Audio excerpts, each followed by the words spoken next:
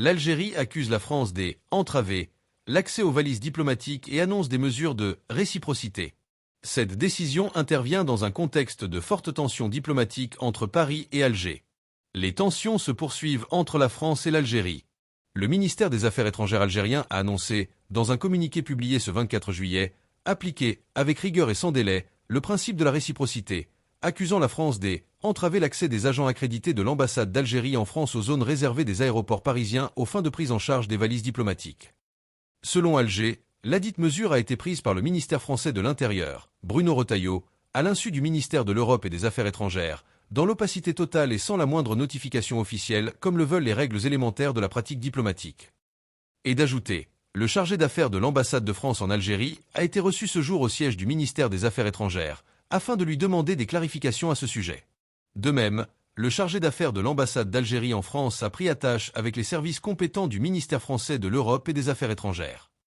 L'Algérie affirme que cette décision est une atteinte grave au bon fonctionnement de sa mission diplomatique en France et constitue une violation manifeste de la Convention de Vienne sur les relations diplomatiques, laquelle stipule que toute mission a le droit d'envoyer un de ses membres accrédités pour prendre livraison, directement et librement, de la valise diplomatique auprès du commandant de l'aéronef.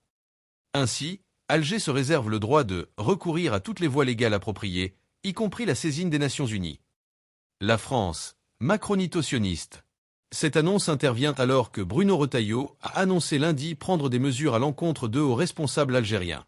Les services du ministre de l'Intérieur français avaient confirmé au Figaro que plusieurs dizaines de responsables politiques, économiques ou militaires algériens allaient perdre leurs privilèges diplomatiques, rendant plus complexes leurs visites et leur circulation en France.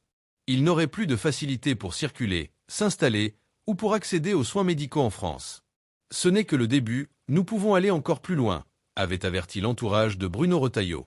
La France et l'Algérie sont empêtrées, depuis juillet 2024 et la reconnaissance par Emmanuel Macron de la souveraineté marocaine sur le Sahara occidental, dans une profonde crise diplomatique. Les services de presse algériens n'ont cessé de mener la charge contre la France, macronito-sioniste, tout en gardant le silence sur l'affaire des influenceurs algériens, qui ont appelé à commettre des violences et des attentats en France en soutien au régime d'Abdelmadjid Tebboune. Bruno Retailleau a, après l'attentat d'un Algérien sous OQTF à Mulhouse, promis de mettre en place une riposte graduée, ordonnant le renvoi de plusieurs diplomates et envoyant en mars à Alger une liste de ressortissants dangereux à expulser de France. Le dialogue entre les deux pays avait finalement repris après un appel téléphonique entre Emmanuel Macron et Abdelmadjid Tebboune fin mars. Mais, comme l'a révélé le Figaro jeudi, l'Algérie a continué dans l'ombre à refuser ses ressortissants pourtant expulsés par la France, car sous OQTF ou irréguliers. 53 individus expulsés ont été renvoyés en France entre mars et le 22 juillet. Merci de bien vouloir vous abonner et de cliquer sur j'aime.